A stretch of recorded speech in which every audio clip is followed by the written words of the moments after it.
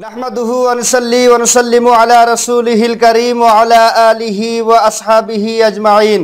প্রিয় দর্শক শ্রোতা, দূরে কাছের, দেশের এবং প্রবাসের যে যেখান থেকে দেখছেন সকলকে আন্তরিক মুবারকবাদ জানাচ্ছি। প্রিয় মুসলিম ভাই এবং বোনেরা, আমি ইতিপূর্বেই আপনাদের সামনে এক জাহেলে মুরাক্কাব, এই বর্তমান জামানায় নব্য ফিতনাবাজ রেজাউল করিম আবরারের সঙ্গে আপনাদের পরিচয় করিয়ে দিয়েছি।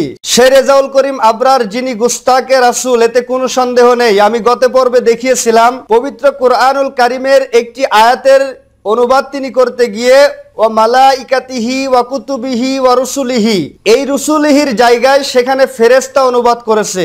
মূল বিষয় হলো এই রেজাউল করিম আবরারের বিষয়টা, সে যেখানেই রসুল সাল্লাল্লাহু আলাইহি সাল্লামের শান এবং মান থাকে, রসুলুল্লাহর নাম থাকে, এইটা তার কাছে সহ্য হয় না। সে যে গুস্তাকে রাসূল, মুনাফিক আবু জাহেলের গোষ্ঠীর লোক, এতে কোনো সন্দেহ নেই। কেন? গত পর্বে তার একটি বই সম্পর্কে আমি কিছু তথ্য আপনাদেরকে দিয়েছিলাম। আজকেও সেই বই থেকে আপনাদের আরো কিছু তথ্য দিব। সেই বইটার নাম হলো ইসলাম ও কুফরের সংঘাত। সেই বইয়ের খুব বেশি দূরে নয়, 131 নাম্বার পৃষ্ঠার মধ্যে তিনি একটি দলিল উল্লেখ করেছেন, আপনারা লক্ষ্য করুন। আনা কাঈদুল মুরসালিনা ওয়ালা ফাখরা ওয়া আনা খাতামুন নাবিয়্যিনা ওয়ালা ফাখরা ওয়া আনা আউয়ালুশ শাফিঈন ওয়া মুশাফফাঈন ওয়ালা ফাখরা। এই হাদিস শরীফের অর্থ তিনি এইভাবে করেছেন, আপনারা লক্ষ্য করুন। অর্থাৎ আমি নবীদের নেতা, এতে অহংকারের কিছুই নেই। আমি হলাম শেষ নবী, এতে অহংকারের কিছুই নেই। আমি প্রথম সুপারিশকারী, এতে অহংকারের কিছুই নেই। প্রিয় দর্শক শ্রোতা, আপনারা লক্ষ্য করুন, এই হাদিসের অনুবাদ করতে গিয়ে আল্লাহর হাবিব সাল্লাল্লাহু আলাইহি সাল্লামের শানের কথাটা কিভাবে লুকিয়ে রেখেছে আপনারা লক্ষ্য করুন। অর্থাৎ আমি নবীদের নেতা, এতে অহংকারের কিছুই নেই। আমি হলাম শেষ নবী, এতে অহংকারের কিছুই নেই। আমি প্রথম সুপারিশকারী, এতে অহংকারের কিছুই নেই। এইভাবে তিনি ব্যাখ্যা করেছেন। প্রিয় দর্শক মণ্ডলী, আপনার স্ক্রিনে লক্ষ্য করুন, এখানে ওয়া মুশাফফাঈন এই শব্দটা স্পষ্ট উল্লেখ আছে। এই মুশাফফাঈন এই শব্দটার অর্থ তিনি করলেন না। কেন করলেন না? তিনি যে গুস্তাকে রাসূল, এতে কোনো সন্দেহ নেই। কারণ রসুলুল্লাহর শান মান তিনি হাদিস শরীফের মধ্যে উঠিয়ে দিয়েছেন তিনার বইতে, কিন্তু সেই শব্দের ব্যাখ্যা তিনি করেননি। কেন করেননি? করলে সাধারণ মানুষ নবীজির শান মান বুঝে ফেলবে, সাধারণ মানুষ নবীর প্রতি আকৃষ্ট হবে, রসুলুল্লাহর শান মান বুঝে ফেলবে। এই গুস্তাকে রাসূল, সে রসুলুল্লাহর শান মান যাতে সাধারণ মানুষ বুঝতে না পারে, এই জন্যেই ওয়া মুশাফফাঈন এর অর্থ তিনি করলেন না। এই মুশাফফাঈন এর অর্থ হলো আমার শাফাআত কবুল করা হবে। নবীজি বলেন ওয়া আনা আউয়ালুশ শাফি, আমি প্রথম সুপারিশকারী, ওয়া মুশাফফাঈন এবং আমার সুপারিশ কবুল করা হবে। এই যে নবীজি বললেন যে আমার সুপারিশ কবুল করা হবে, এই কথাটা ওহাবীদের গায়ে সহ্য হয় না। এই মুনাফিক আবরারের এই কথাটা সহ্য হয় নাই বিধায় তার বইয়ের মধ্যে রসুলুল্লাহর শানের এই কথাটা তিনি ব্যাখ্যা না করে ওয়ালা ফাখরা এই কথার ব্যাখ্যা তিনি করে দিলেন। কেন? নবীজির শান এবং মান লুকিয়ে আপনার লাভটা কোথায়? প্রিয় দর্শক মণ্ডলী, আপনারা আরো লক্ষ্য করুন, এই যে কত বড় জাহেলে মুরাক্কাব, আপনারা তার বই থেকেই দেখুন।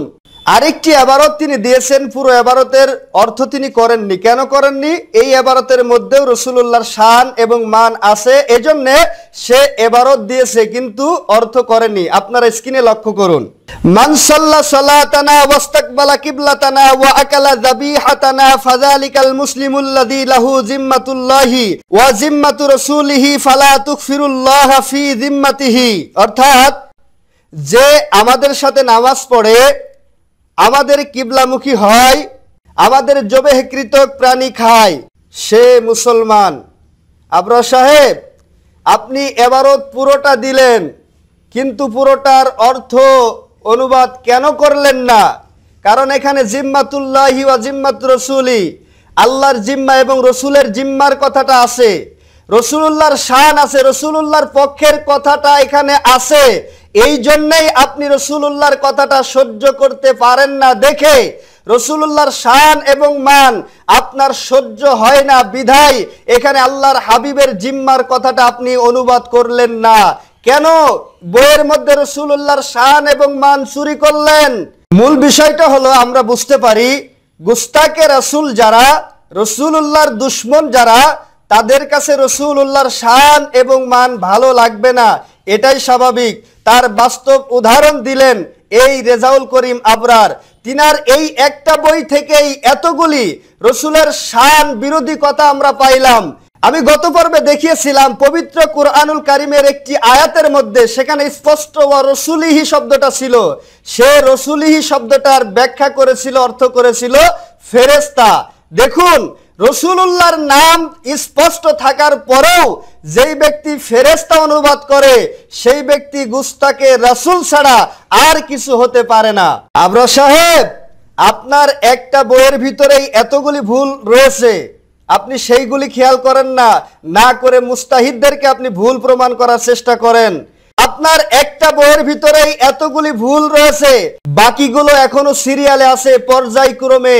প্রত্যেকটা বই থেকে আপনি রাসূলুল্লাহর শান বিরোধী যেই কথাগুলি বলেছেন সবগুলি সিরিয়ালে আস্তে আস্তে ধরে দিব ইনশাআল্লাহ।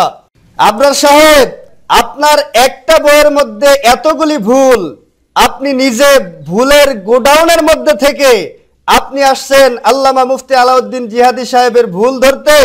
আপনার একটা বই এতগুলি ভুল ধরায় দিলাম, আরো বাকিগুলি না জানি আরো কত জালিয়াতি আপনি করেছেন, আর কত জালিয়াতি আমরা দেখবো আপনার বই থেকে। আল্লাহ পাকি হয়তো ভালো জানেন। প্রিয় সুন্নি মুসলমান ভাই এবং বোনেরা, এই ইবনে আব্দুল ওয়াহাব নজদির 5 আটা গোলাম নাসির উদ্দিন আলবানির দোসর 1.5 পাতার কাঠমুল্লার হাত থেকে আল্লাহ পাক আমাদের ইমানকে হেফাজত করুন, আমিন। আসসালামু আলাইকুম ওয়া রাহমাতুল্লাহি ওয়া বারাকাতুহু।